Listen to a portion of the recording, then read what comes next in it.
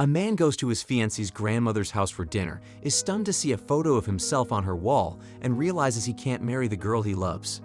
Tom never imagined dinner with Kara's grandmother would mean the end of their romance. Anthony Udell had met Kara Frank in college, and they had been dating for 3 years before he proposed. Tom had already met Kara's parents and liked them immensely. Now he had to get the matriarch's stamp of approval. Kara smiled at her nervous fiancé. "Relax, Tiger. Grandma is a sweetie. This is going to be a piece of cake," but it wasn't. It would turn out to be disastrous.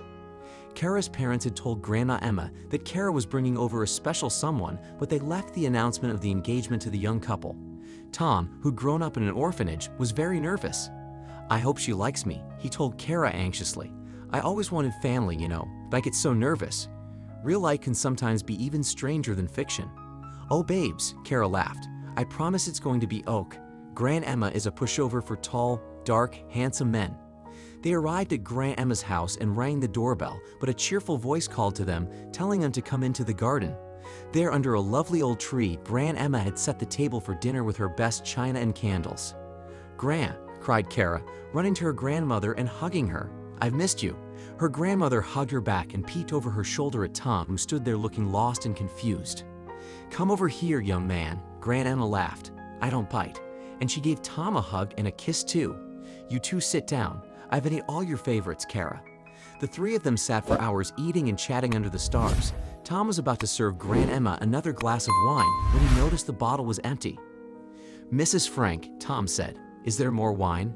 "Kara, and I wanted to propose a special toast and make an announcement." "Of course, Tom," Gran Emma said. "Go in through the kitchen and you'll see the sitting room. There's a wine rack by the door. Hurry, I want to hear this announcement." Tom walked into the cozy kitchen and quickly found the lounge and the wine rack. He was about to walk back out with the wine bottle under his arm when something caught his eye. There was a photo over the mantel and something about it was familiar. Tom walked closer. The photo showed a young couple holding a toddler in front of Gran Emma's house. The little boy was wearing a short-sleeved shirt, and on his little arm was a distinctive birthmark. Tom started shaking. He took down the photo and peered at it closely. It couldn't be. He unbuttoned his cuff with trembling fingers and looked at the birthmark on his own arm. It was exactly the same as the boys in the photo. It was him. Tom carried the photo outside and sat down next to Gran Emma. "Please, Mrs. Frank," he said. "Who is this?" Gran Emma took the photo from Tom's hands. "You shouldn't have touched this," she said. "This is very precious to me. It's the only photo I have of my grandson, Carl." "Your grandson?" asked Tom. "What happened to him?"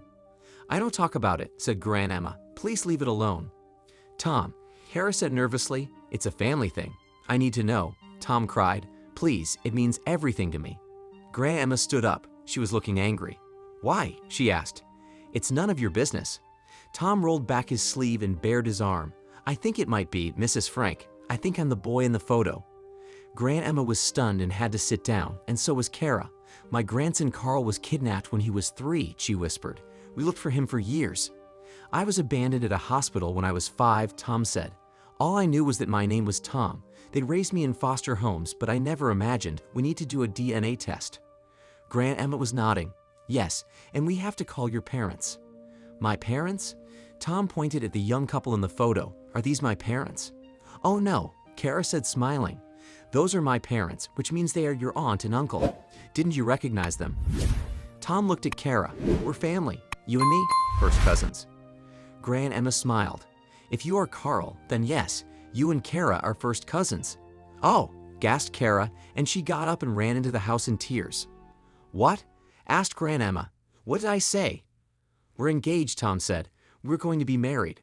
"Oh dear," said the grandmother sadly. "Well, Tom, if you are first cousins, I'm afraid that's impossible." Tom bowed his head, and he felt tears fill his eyes. "But I love Kara," he whispered. "She's the love of my life." And at that moment, Tom knew that fulfilling the dream of having a family would mean losing Kara as his would-be mate, his wife.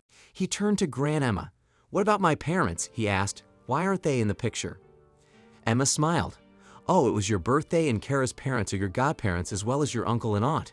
Your parents are living in Iowa. You now have 3 sisters and a brother, but they never stopped mourning you, never." The DNA test confirmed that Tom really was Carl Frank, the long-lost little boy that had been kidnapped, and he was welcomed by his parents and his siblings with open arms. 3 years later, Tom attended Kara's wedding and wished her well as she walked down the aisle, but in his heart, he knew he'd never stop loving his cousin, though they had to part.